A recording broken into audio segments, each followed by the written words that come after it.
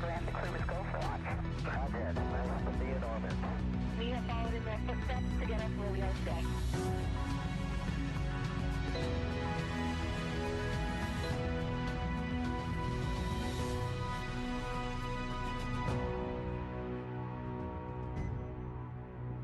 Good evening and welcome to NASA's Johnson Space Center for our Crew 9 post-splashdown news conference. We are joined in studio today by Joel Montalbano, Deputy Associate Administrator for NASA's Space Operations Mission Directorate, Steve Stitch, Manager for NASA's Commercial Crew Program, Bill Spetch, Operations Integration Manager for NASA's International Space Station Program, and joining us virtually, Sarah Walker, SpaceX Director for Dragon Mission Management. We'll be taking some questions from here in the room today and on our phone bridge today. So if you're in the room, be sure to get our attention to ask your question. And if you're on the phone bridge, be sure to press *1 to enter the queue. Before we get started, though, we'll start with some opening remarks from our panel here. And Joel, we'll start with you. All right. Well, thank you. And thank you, everyone, for being here. And for those of you tying in remotely, thank you for showing an interest in our great space program. It is awesome to have Crew 9 home, just a beautiful landing. I think many of you heard that back in January, the president asked SpaceX what it would take to bring this crew home. And I will tell you that at the time that question was asked, we were already looking at options, what to do with the Crew 10, Crew 9 situation and how we're going to set that up. I'll tell you a little bit, when you plan these dynamic activities, a lot of work goes into them. For example, for the landing that you guys just witnessed today, there's a number of things that we look at, a number of factors, weather being one of them. You saw great weather today. In addition, we look at the readiness of the recovery team to make sure they're ready to go.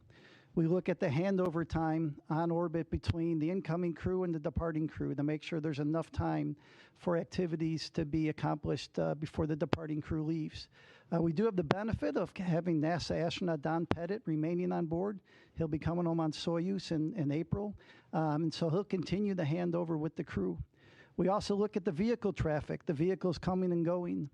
And when you pull all that together, the International Space Station program, the Commercial Crew program, and SpaceX came up with the plan that we just witnessed. The Crew 10 launch last week, the docking over the weekend, the undock early today, and then the landing that we just witnessed. So just an incredible amount of inputs that you get to pull all that together in order to have a successful operation. I want to tell you, we want to thank the Crew 9 team and the ground teams for their dedication to excellence, their resilience, their flexibility during this expedition, everything they did to have a successful expedition, as you have all witnessed. SpaceX has been an incredible partner for us, and it shows the benefits of the commercial-public-private partnership that we have. So they've just been a huge, great partner throughout all this. Crew 9, in addition to the spacewalks that many of you witnessed, they performed just about 150 experiments on board the International Space Station with over 900 hours of research. And the work we do on the International Space Station benefits the nation, benefits people on Earth, and are the building blocks for going back to the moon and to Mars. So Nick, Alexander, Butch, and Suni, welcome home. On behalf of NASA, I want to thank the administration. I want to thank all the work of the NASA teams and all the work of the SpaceX teams. And so with that, I'll hand it over to Commercial Crew Program Manager, Steve Stitch. Thanks, Joel, and thank you all for being here. Greatly appreciate your interest in the Commercial Crew Program and also human spaceflight. Of course, as you know, it's been just a huge week for Commercial Crew.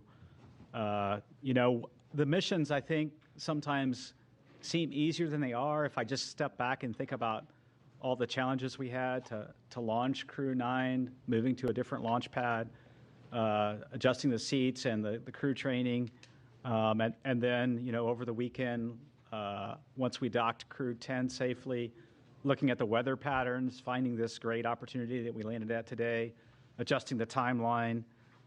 It's never easy. Spaceflight's always dynamic. Sometimes it seems like things move from step to step, but there's usually different paths along the way. So The weekend was culminated today with the landing of Crew 9. We Dragon splashed down at about 5:57 p.m. off the coast of Tallahassee. That's our first commercial crew program landing at Tallahassee. We've had a couple cargo flights land there. And now it's great to have Crew 9 and the Freedom capsule back home, and its fourth flight is now in the history books. Of course, we're overjoyed. I watched every crew member come out of the vehicle today. Post-landing, it was great to watch Nick, Suni, Butch, and Alexander come out of Dragon and smile and wave as they came out of the vehicle. We'll get them, they're on the ship now, we'll get them back to meet the NASA aircraft and then back to meet with their families. If you watch the weather today, it was incredible. Clear skies, real low winds, maybe 3 or 4 knots of wind, and really calm seas. You could see the dolphins swimming around the capsule, which was kind of incredible. SpaceX had a nice drone aircraft flying around and taking footage, and that was just incredible. As I said, the ops team just did a phenomenal job over the weekend pulling in the landing to get the crew home sooner and take advantage of this great weather opportunity. Really appreciate the versatility of SpaceX, the ISS program, commercial crew program, and the flight ops team in planning out the timeline, looking at the crew's workload, determining whether we could pull this off, doing sleep shifting, all those sorts of things that made this an opportunity happen. I also want to thank our partners at the U.S. Coast Guard. They were there on scene, protecting the scene and making sure that it was safe for mariners in the area. The FAA, the Department of Defense, continue to support us. It's great to see the teams really in action. Overall, I would say it was a really clean undocking, reentry, and landing. The Dragon vehicle performed extremely well, didn't really have any issues to work. Little things, a GPS outage that we reset a filter on and things like that. Today, the sequence went perfectly. We jettisoned the trunk, executed the deorbit burn, closed the nose cone, and did the entry. You could hear Nick call down when we finally got the vehicle back through the blackout, 4.6 Gs, and you could tell they were doing well, and then braced for the parachute deploy of the drogues and then the mains, and then had them splash down. So parachutes performed well. The whole system worked just as planned. The crew's doing great. They'll spend a little time on the recovery ship getting checked out, making sure that they're healthy and ready to go, and then eventually they'll make their way back to Houston. Again, I want to congratulate the entire NASA Commercial Crew Program, the SpaceX team. In many ways, if I step back to last year, this has been 9 months in the making, and I couldn't be prouder of our team's versatility, our team's ability to adapt, and really build for the future of human spaceflight and looking at different ways to do business, taking advantage of one vehicle to launch a crew and then bring back the crew in a different vehicle. Our partner SpaceX did a tremendous job. Every time we asked them to do something a little different, they stepped up and to the plate and did that, including swapping capsules 6 weeks ago prior to Crew 10, and then also adjusting the Crew 9 mission. We'll celebrate for a while. We're going to take some time in Commercial Crew to celebrate this one and spend a little time with the crew, and then we'll move on to Crew 11. Crew 11 will be here before we know it. We'll launch that vehicle as early as mid-July, so we'll start preparing for that. And then, we're working hand in hand with Boeing as well on certification of Starliner, getting that vehicle back to flight. Butch and Suni's return on Dragon, to me, shows how important it is to have 2 different crew transportation systems, the importance of Starliner and the redundancy that we're building in human spaceflight for our low Earth orbit economy. We're super grateful for Boeing as well and their investment. They're keenly interested in the landing today. They have a watch party going on and are watching Butch and Suni come back. And they've texted me, as the build up to this, they're very keenly interested in Butch and Suni. And then we're interested in their resilience. That whole Boeing team, like our whole Commercial Crew Program team, is resilient and moving forward to the next steps on Starliner. It's been a busy start to 2025. It's hard to believe we're in the middle or toward late March. Looking for an exciting summer as well, and I look forward to your questions, and I'll hand it over to Bill. All right, thanks, Steve. Yeah, welcome, and thanks for everybody's interest as we continue on. Return today marks the successful completion of the Crew 9 mission, and really with them handing over operations on board to Crew 10. Just some interesting stats as we go through. Nick and Alexander both spent 171 days in space on this trip, seeing the arrival and departure of 4 different visiting vehicles to the ISS. Butch and Suni spent 286 days in space, and they got to see 8 different visiting vehicles coming and going from the ISS. We stay really busy as we talk about all these vehicles coming and going from the station. Nick and Butch each conducted 1 spacewalk, and Suni conducted 2. That actually gave Suni the record for most time on spacewalks by a woman, and puts her 4th overall in terms of time outside doing spacewalks. The crew contributed to more than 150 unique experiments, like Joel said, including stem cell technology to potentially address blood diseases, autoimmune disorders, and cancers. They tested lighting systems to help maintain circadian rhythms, which will help improve conditions for not only future crews as you go through spaceflight, but also those on the ground for shift workers and those in extreme or remote environments. They did plant growth and quality experiments to support future Moon and Mars missions as we look forward with that. They loaded a really interesting experiment. JAXA had their first wooden satellite. They loaded that into and got that deployed from the ISS. And then as part of their spacewalk, Butch and Suni collected samples from the station's exterior to study the survivability of microorganisms in the vacuum of space. I'll tell you, the Crew 9 crew did a great job here in the near term supporting this shortened handover period with Crew 10 and enabling that landing opportunity that we saw today. There was a lot of work that they did ahead of Crew 10 arrival to get prepared, and then really working through all of the things that we need to do to hand over the emergency procedures to the crew, to get the cargo transferred that they need to, and to get all the vehicles set up for Crew 10 to be very successful. Crew 10 is already working hard, and they're working on key science investigations on board. They already kicked them off even while they were getting prepped for undocking the other day. So coming up on ISS, we still have a lot going on. We have NG-21 release at the end of March, providing some important trash disposal for the space station. Always, you got to get rid of the stuff that you bring up, so you got to bring that down somehow, and NG-21 is going to take away a lot of that. And then we'll look forward to Soyuz MS-27 launch Tuesday, April 8th from Baikonur Cosmodrome at about 12:47 a.m. Central. That'll be carrying NASA astronaut Johnny Kim and cosmonauts Sergei Ryzhikov and Alexei Zabritsky. And then before Soyuz MS-26 returns, Alexei Ovchinin will pass on the role of ISS commander to our JAXA astronaut Takuya Nishi. Really a lot of great stuff continuing on station. I really appreciate the entirety of the team, joint with SpaceX, NASA, our operations team, the program teams, the engineering teams, all the work it takes to turn around these missions.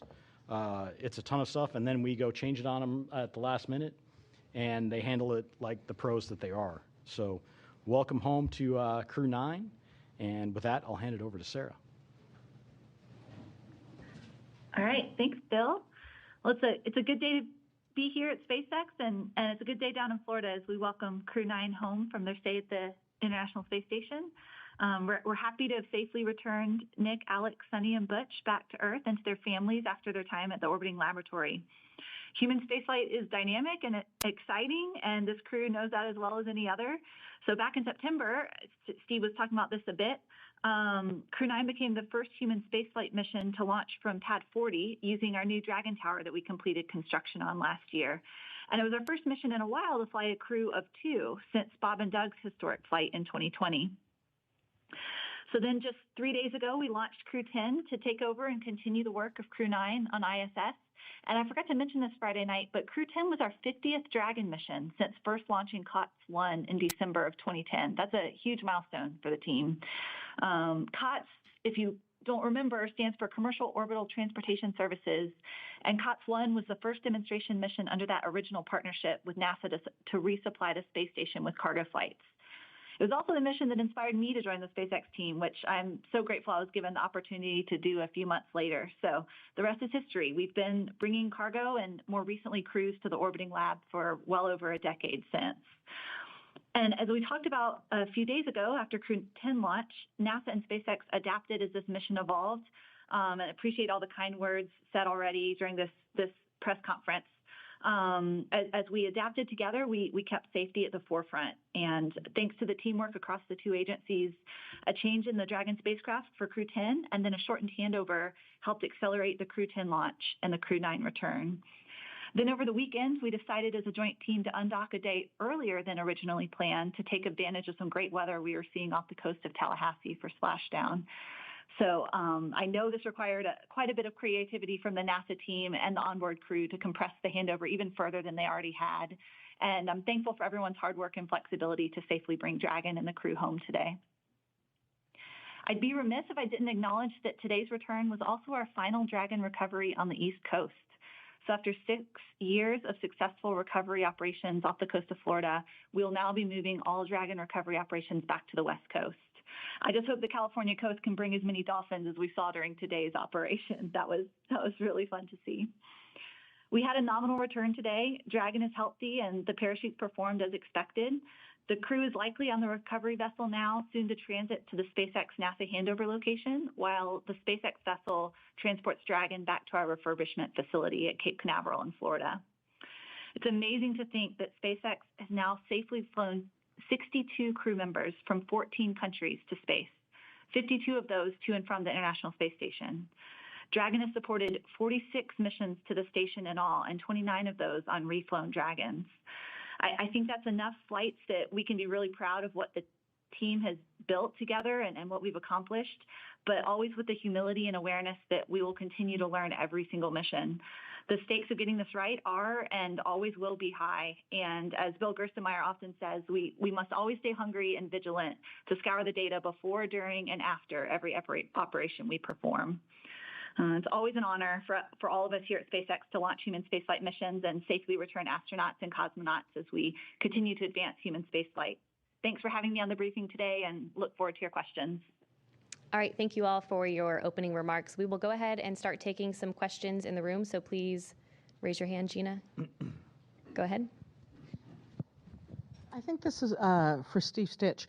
Crew 9's home, but the research hasn't stopped because what you need to know about what happened with Butch and Suni on orbit, that's still an ongoing medical research project. Would you kind of expand on that for me? What will you learn about their 9 months on the space station? Yeah, I think I can comment and then see if Bill has anything to add. But, every single crew member that we fly in orbit, we collect medical research data. We do various blood draws at various times during the flight, especially toward the end. Do bone density measurements in space. We look at their vision and how their vision might change over time, their intracranial pressure. We do all kinds of things. So you're right. Every single astronaut, when they come back, including Nick and Alexander, is participating in all kinds of experiments, and we're learning from all those. And I'll see if Bill has anything to add. I think you covered the vast majority of it. We look at everybody when they come home, and every duration adds to that database of knowledge of the effects of spaceflight on the human body. And so we continue to look at that across all of our crew members. Okay, we'll take another question here in the room. Mark, go ahead. Mark Strassman, CBS News. Steve, I want to pick up on something you said, which is the keen interest in Butch and Suni. All 5 major television networks cut in with live special reports following the splashdown, because Butch and Suni have arguably become America's most famous astronauts over the course of their 9-month saga. So now that they're home, now that the saga is over, what do you is the takeaway? Yeah, I think that's a great question, and I haven't probably had a lot of time to reflect. We're certainly looking at Starliner very carefully. We're in the process of looking at that vehicle, looking at the helium system. We've got some candidate seals that we're going to replace. We'll get into some testing here over the summer timeframe with what we call an integrated doghouse at White Sands. So we're looking at that. The thing I think back of this whole timeframe is how really resilient Butch and Suni were the whole time. They launched on what was going to be a short test flight with the crew flight test vehicle with Boeing. And then they moved very quickly into station increment operations, and they became seamlessly part of the International Space Station. And they did that because they're experienced astronauts, and we had prepared, right? We had flown gloves for them to do spacewalks, and we had flown a lot of components for them. So I think that shows the adaptability of crew members. And if I think forward to exploration, and maybe some harsh missions to the Martian surface someday, or back to the moon. You know, the adaptability of crew members, changing the timeline for their return. Certainly a huge thank you to their families.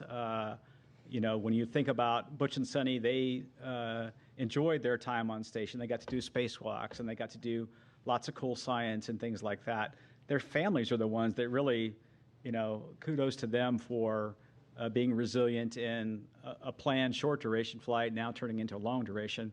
And I think back of when they went into quarantine. They went into quarantine in the April timeframe for the early May launch that we had for the crewed flight test. So the families, a huge thank you to them. I'm sure the reunion is going to be wonderful with the families.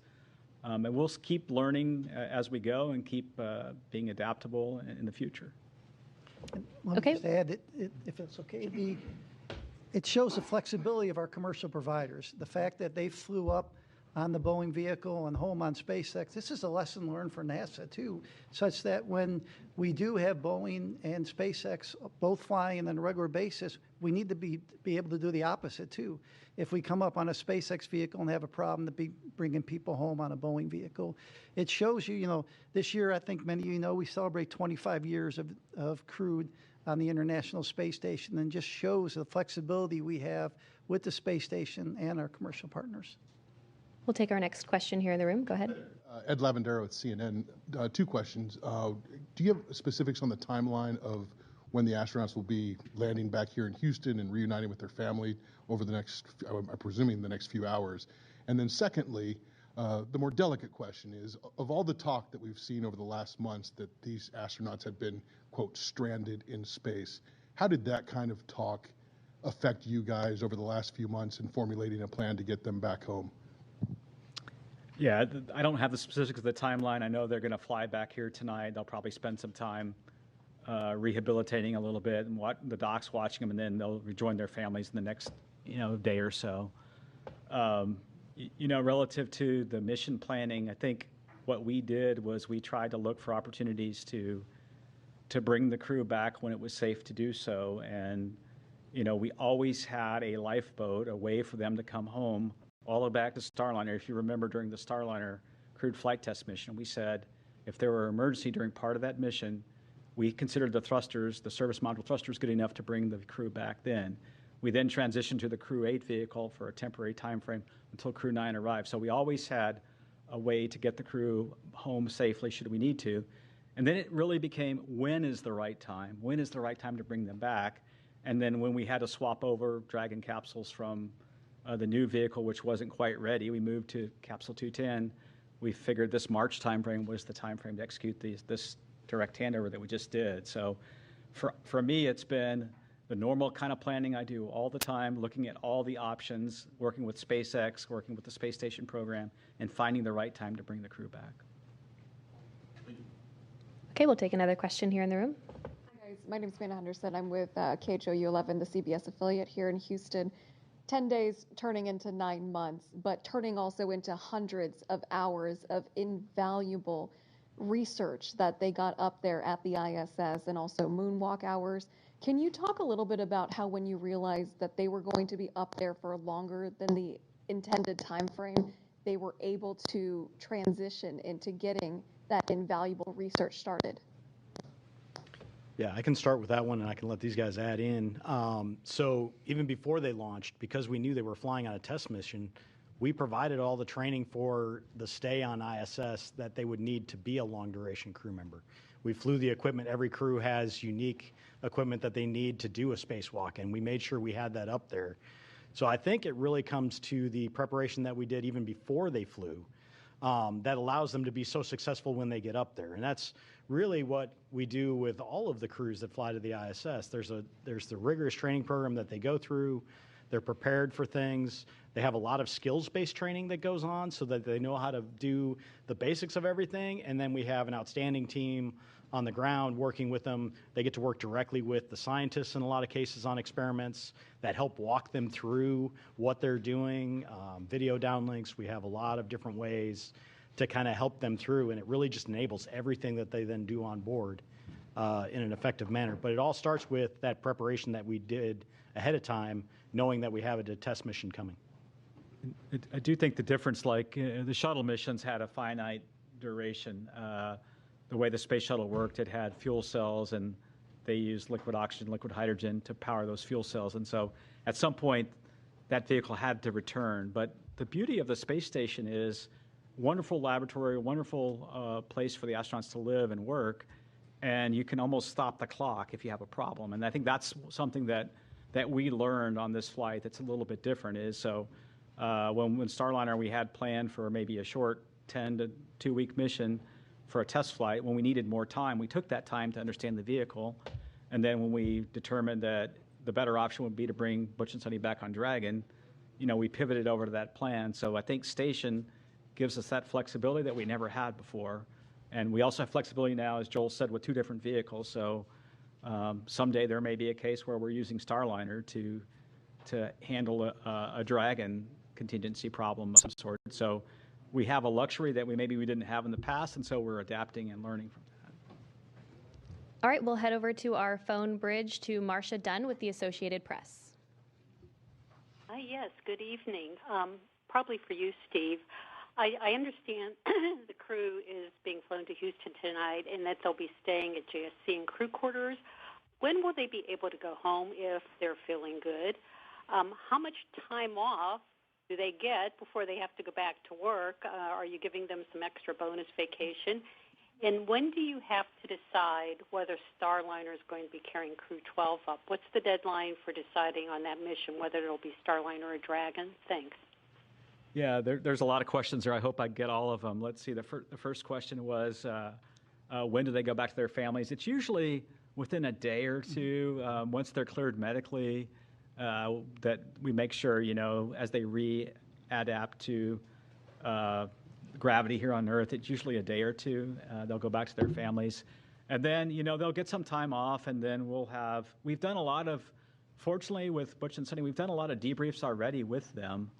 And so we've gotten feedback on Starliner and feedback on many things for the crewed flight test already from them while they were on orbit. They'll have a standard set of debriefs with the Crew 9 crew because they really have been part of Crew 9 ever since Crew 9 docked.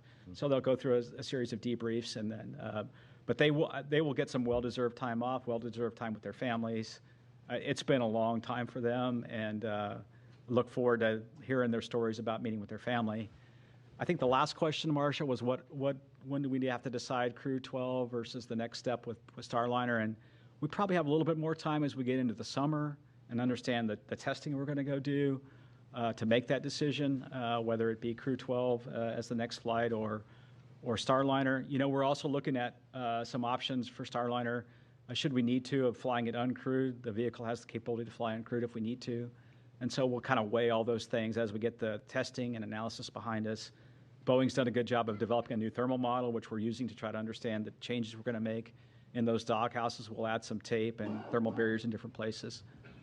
So we have a little time to make that decision. Okay, our next question is from Chris Davenport with the Washington Post.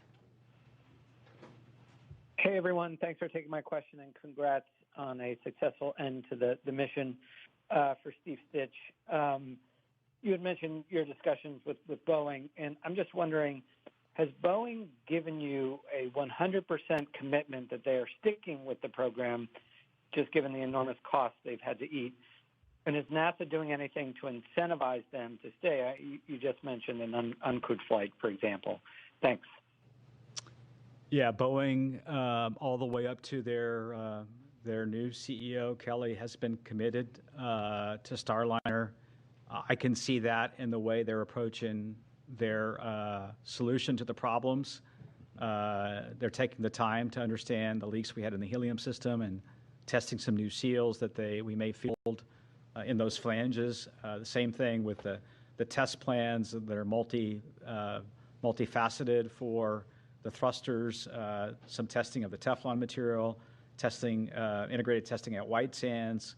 So I see them being very committed. They want to provide a transportation system with crewed capability to fulfill their missions. And then they're even, I think, stepping beyond that and thinking about low Earth orbit and COMLEO destinations with their vehicles. So I see a commitment from Boeing to continue the program. They realize that that they have an important vehicle, and we were very close to having a capability that we would like to field. I think we have some changes we need to make to the way we heat those thrusters, the way we fire those thrusters, and then we can test that on the next flight. So. Our next question is from Ken Chang with the New York Times. Hi, thank you. This is for Joel, Steve, and Sarah. The White House put out a statement that said the landing today, representing President Trump, keeping his promise to rescue the astronauts stranded in space. And from what you just said during this news conference, I think it's been in the works for months, and a lot of work for everyone. I was just wondering, could you explicitly answer the question, if Kamala Harris were president, or if Joe Biden had run for re-election and won, would anything have changed with this mission? Thank you. NASA is an agency. We work for the president, and who's ever there, we work for them. We had an input from that office. We took a look at it, and our job is to take all the inputs we get and operate as successful and safely as we can. And that's what we would do for this administration, and that's what we would do for any administration. Our next question is from Sana with Bloomberg News. Hi, thank you so much for taking my question. I had another question regarding Boeing. I know you just mentioned that you're looking at options for an uncrewed mission. So I guess we're wondering who would pay for the uncrewed mission, and would Boeing be required to redo the crewed test flight as well? Thanks.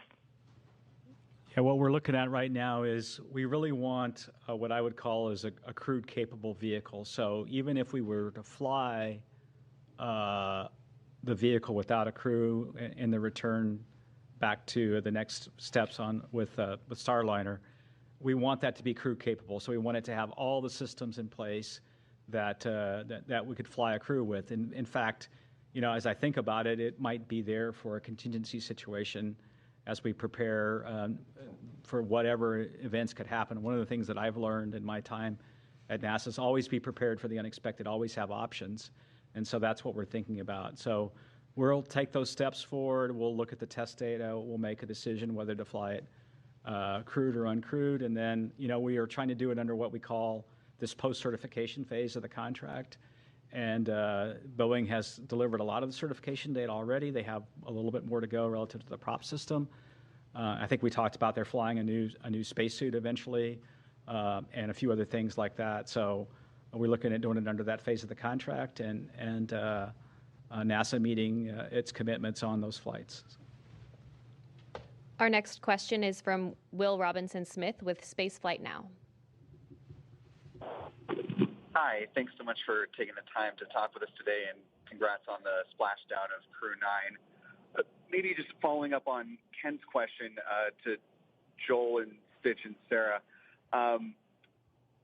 Obviously, as you've discussed tonight and over the last several months, the plan has been established for some time on how to bring Butch and Suni back to Earth. But, barring them returning on the seats that were added on the Crew 8 Dragon spacecraft, had the decision been made to try to bring them back any earlier, was there a Dragon spacecraft that would have been available to operate that mission prior to the Dragon that we just saw support the launch of Crew 10? Thanks. Yeah, the earliest Dragon that we had to go fly the mission really was this capsule 210. And so when we were planning originally on Crew 10 to have the newer spacecraft, we thought it would be ready.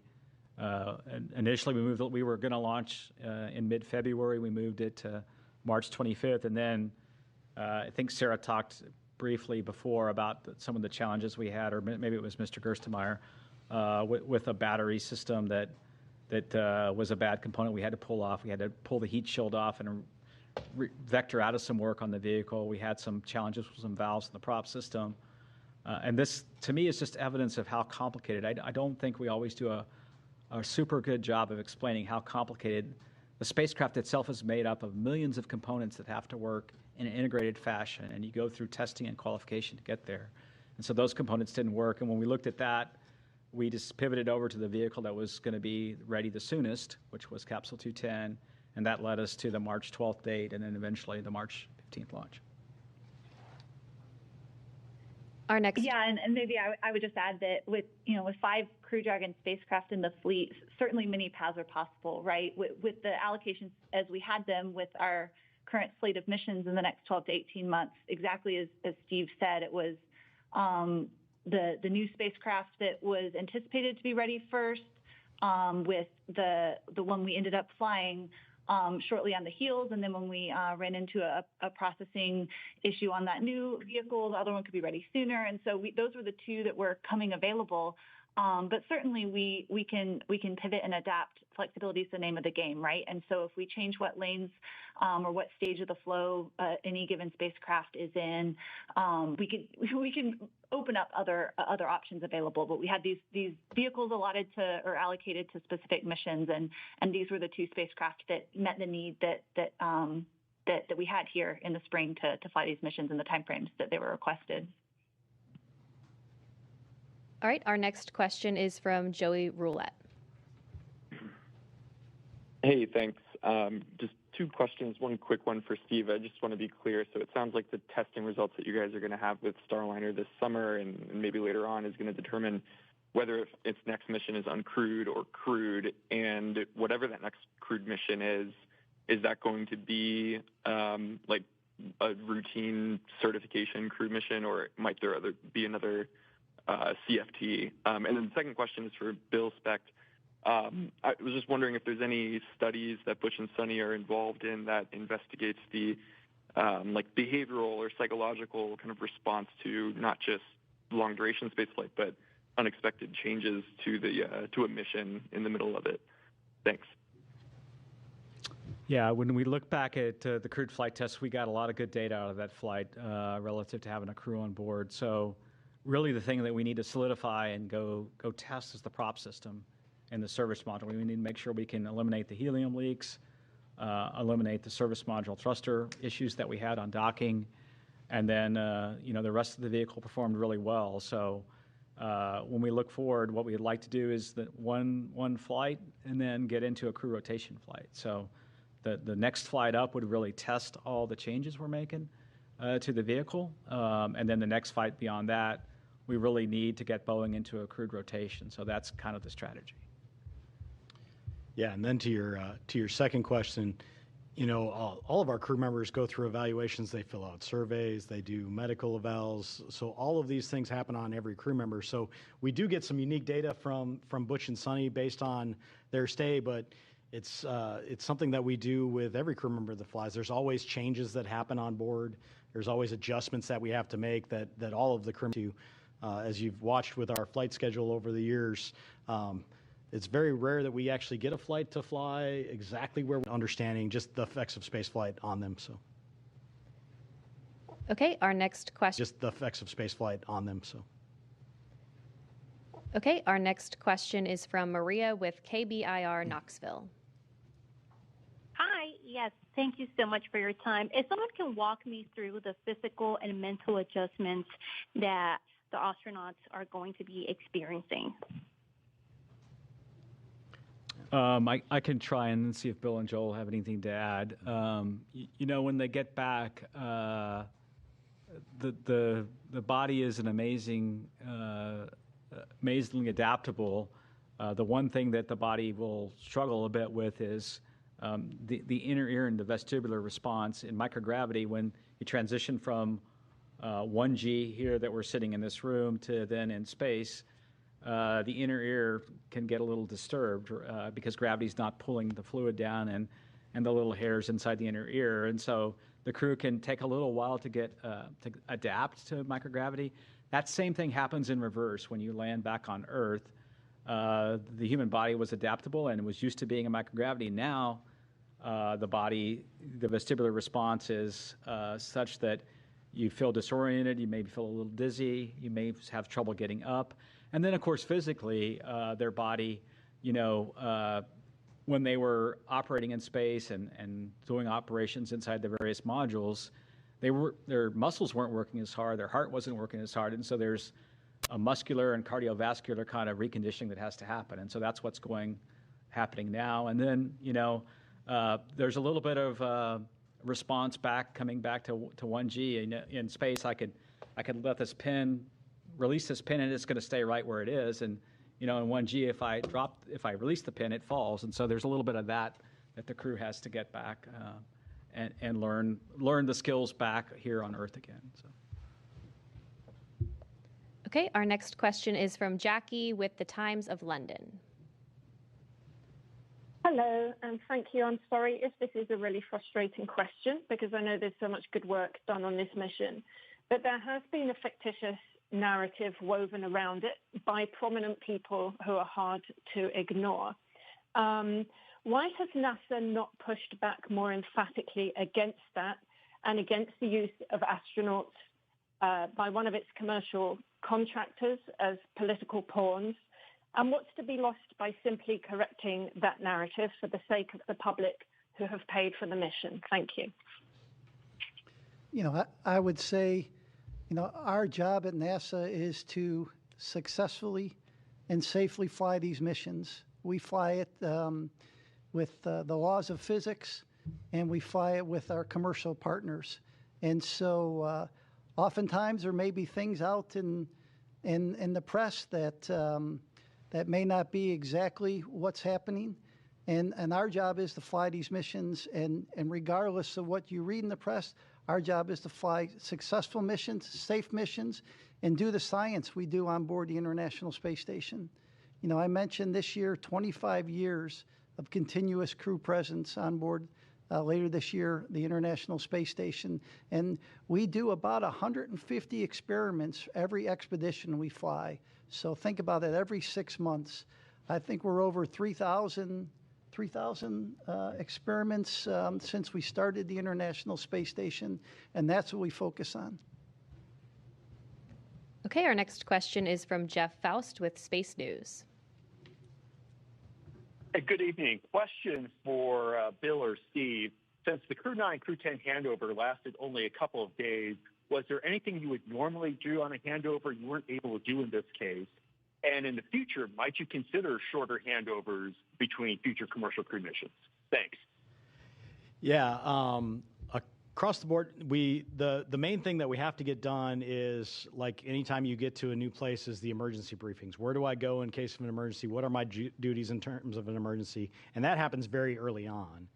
And then the follow-ons are more of the general, hey, where did you guys put this thing? Or where did you put that? Where did you leave this wrench when you get up there? Because you can imagine the size of the space station is so large, and there's a lot of stuff up there.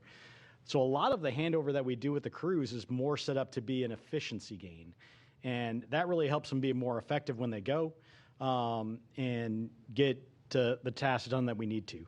So when we reduce that time, we reduce that efficiency in the near term to accomplish the tasks on board. We evaluate that each time and understand what our handover is. In general, we don't look to reduce that because we want to be as efficient as possible. We want to get everything done in the most efficient manner, get the most things done on space station that we can. But in this case, it was actually to our advantage to go work that shorter handover and then get them home as quicker, hitting this weather day that we had here today, and not leave it up to how the weather was going to behave days and days from now. So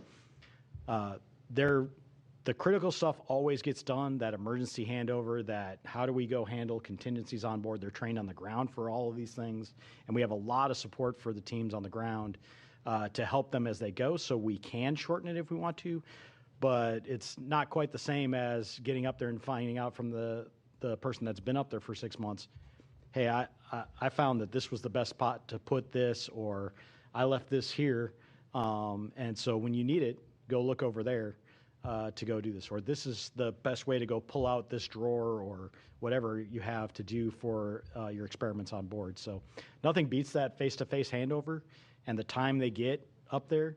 but we have the options to shorten it when it makes the most sense. Okay, our next question is from Sawyer with NASASpaceflight.com. Thank you so much. This question is, I believe, for Sarah. With this being the final splashdown on the east coast of the United States, what is the plan for Megan? Is that going to be repurposed to the west coast? Is that going to stay on the east coast? And then what becomes the contingency if, for example, the weather isn't good at the planned Pacific landing sites, whereas here you had the Gulf and the Atlantic? Hey, we don't know the answer yet to what will happen, what will become of Megan. We've got Shannon here on the West Coast. I'm sitting here in California right now, and there's unique benefits and unique challenges of weather patterns on the West Coast versus the East Coast. Just one example, we have far more stable weather in terms of wind and wind speed, wave height than we did in Florida. So where we needed numerous sites on both coasts of Florida to provide geographic diversity to avoid weather patterns that may be happening in one area and not another, not so much the case on the West Coast. However, our cloud cover is different here than in Florida. And so things like the airborne assets that support our mission might have different challenges out here than over there. So we've done a lot of trying to learn from meteorologists and historical weather patterns and then figure out the right number of sites and the right number of support assets to ensure that we maintain a high return availability, which means a high percentage of days that would be a viable return option with a safe splashdown, regardless of what coast we're splashing down on. All right, our next question is from Isam with AFP.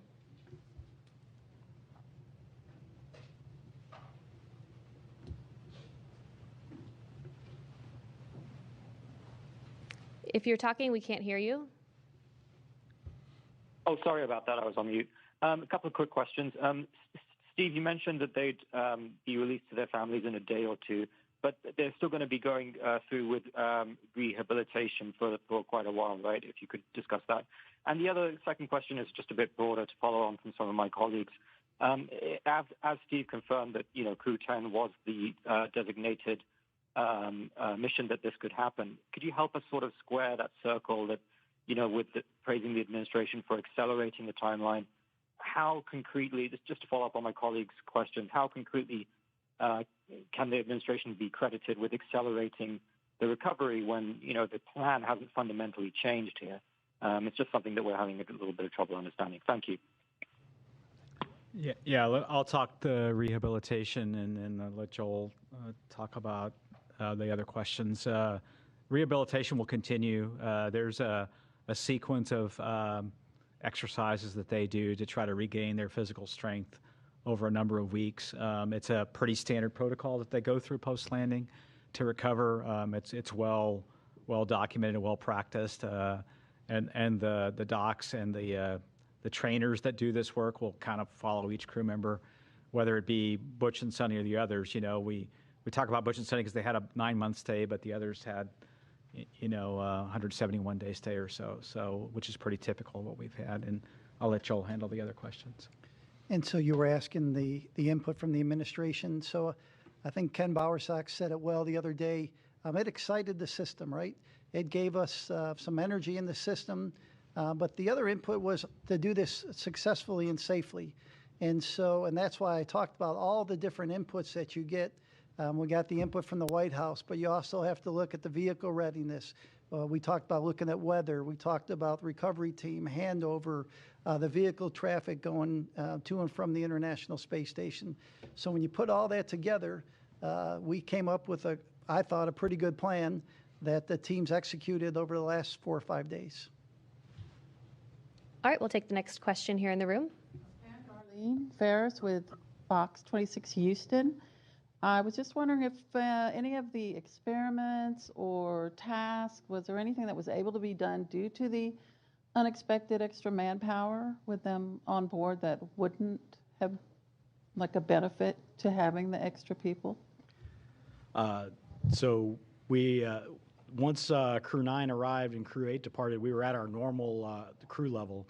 So we managed within the the normal kind of cadence that we did there. But before that, we absolutely took advantage of Butch and Suni being there and having the extra hands. We had some maintenance activities that had to be done over the summer that would have potentially taken away from some of the science that we were doing that we didn't have to take away from that time because of the fact that we had the extra hands there. So it was great having them there over the summer as extra hands to help out with a number of activities going on.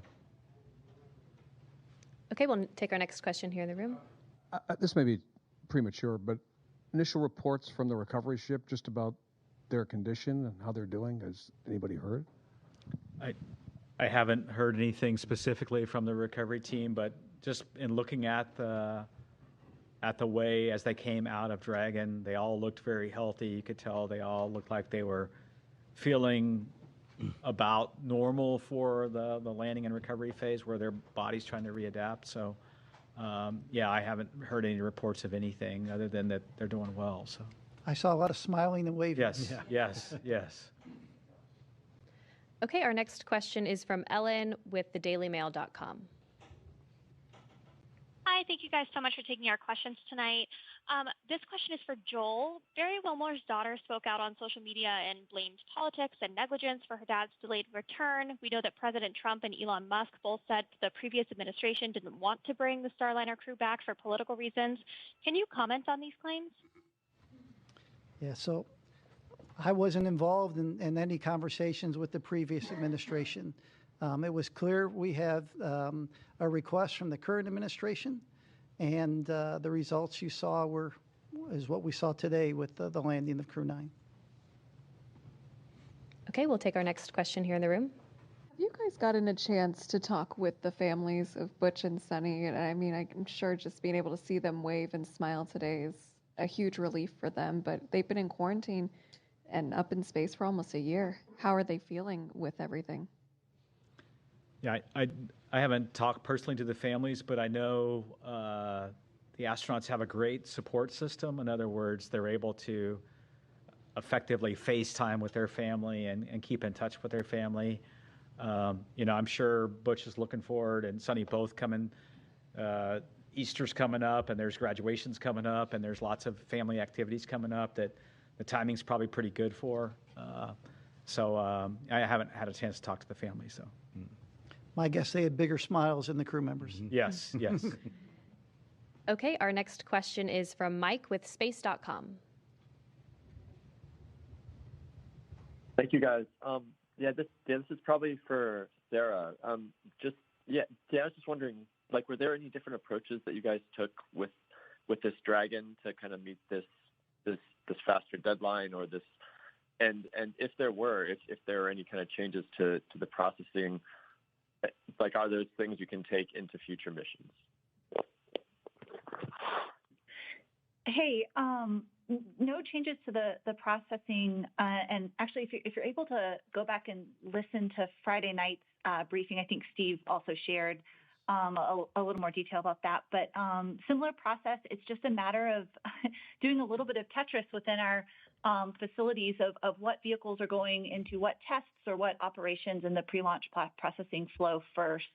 So we certainly did that. There's a few items of hardware within the vehicle that are unique to the specific crew flying. For example, we have small, medium, and large seat buckets installed in each of the 4 locations, and then custom foam for each individual to further customize their experience. And so there was a little bit of just doing the tally on the unique hardware and making sure it was all okay to be used for this mission, but nothing unique to the actual processing flow itself. Okay, our next question is from Carolyn with Fortune Magazine. Thank you very much, and congratulations. I'm wondering, can you just share a little more how Suni and Butch handled kind of the switch mentally to the 9-month mission, besides being very resilient, and what advice you give the rest of us lonely humans when we encounter challenging circumstances? And then maybe just talk a little more about the physical repercussions with respect to radiation, effects on the heart and cornea, that kind of thing, and how we go about planning to protect against that when we think about missions like to Mars and extended stays. Thanks. I can start, and then the other guys could ask. Before an astronaut flies, we talk to the crew. The crew members are talked to about extending. Hey, you may be assigned for a 6-month mission or an 8-day mission in this case, and you may be extended. Frank Rubio was an example, right? Mark Vande Hei was an example. So this isn't the first time that people are flown. Clearly, their mission was much shorter than those other missions, but the crew members are talked about, hey, what would you do if you had to be up there for a year? So they mentally prepare before they launch, and they talk to the other crew members that have flown for these long duration missions. And so the teams are preparing. We do different things on the ground. If you're there a little longer than normal, maybe you'll have some extra family conference times, or maybe a half day off after a certain amount of time on orbit. And so we had experience from past crew members, and we made changes in the operations and how we do that. And so let's see, Bill, if you want to add anything to that. Yeah, I think the other question was, really on kind of the effects of space on people in general, and when you change the duration on them. We look at every crew member when they're going up and making sure that we feel confident, even if their mission had to be extended, that they're up for it and that they've got, I think, the time allowable, I think, for them to stay in space and to go through that. We monitor everything on board. We keep an eye on things like radiation. We keep an eye on things like solar activity that can affect that. We keep an eye on the rest of the environmental factors on board, whether it be the carbon dioxide levels, the CO2 levels, the contaminants that we have on board. We have scrubbers and filters and things that take that out. So we do all the things that we would normally do to manage that for crew and minimize their exposure to anything that could be considered harmful, and then we limit the times to the best of our ability that we can up there. Our next question is from Marcia Smith with spacepolicyonline.com. Thanks so much. Steve, you mentioned that Crew 11 might launch as early as July, which seems like a pretty short interval for Crew 10 to be up there. Could you talk about what's driving you to launch as early as July?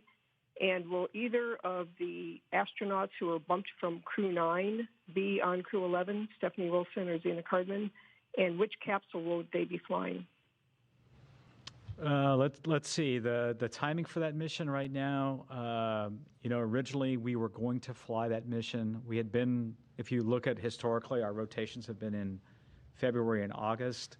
There is a particular SpaceX cargo flight, CRS-33, that has the ability to do some reboost for the space station, and that needs to fly in that late August, early September timeframe. And so we moved our handover up.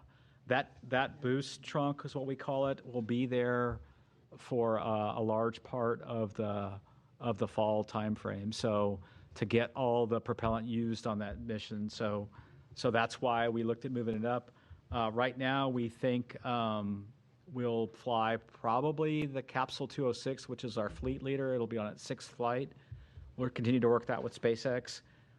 You have to remember with space station, one of the critical consumables is docking ports. We have 2 of those docking ports. And so once we fly that CRS-33 mission with the boost trunk, one of those docking ports will be tied up for an extended duration. And we like to do this direct handover. We like to ensure the new vehicle is there, the new crew's there, before we undock the astronauts that have been there for the increment in progress. And so when you put all that together, it drove us to look at right now, mid to late July. Of course, things can change over time, but that's kind of what we're looking at. We'll kind of pivot over to that once we complete the debriefs for Crew 10. So, our next question is from Will Robinson Smith with Spaceflight Now. Hi. Taking a question from us. Question to Steve Stitch. Going back to the comment you made earlier in this briefing, correct me if I'm wrong, but I think you said that there was another look that needed to be taken at the flight suit for those flying both flyers. Can you add a little more detail into that may need to be changed and reason for that? Thanks. Did you get that? I couldn't. I'm sorry, you're coming in a little bit, it's breaking up a little bit. Can you please try to repeat your question?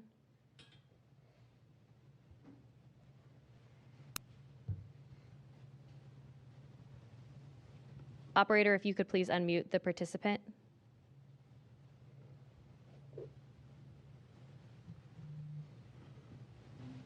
Will, if you're talking, we can't hear you. Can you hear me? Yep, we can hear you now. Okay, perfect.